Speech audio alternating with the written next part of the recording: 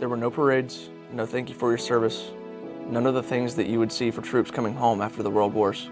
Our servicemen and women were given the worst kind of treatment when they came home. Many of our service members did not go willingly. They did not go with flags waving, but they went.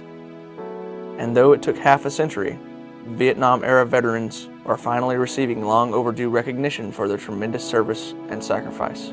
These brave men and women demonstrated their character and values by wearing the uniform and serving the nation they love. It is only fitting that at this year's air show, Marine Corps Air Station Miramar and the 3rd Marine Aircraft Wing honor their brothers and sisters with a salute to Vietnam veterans.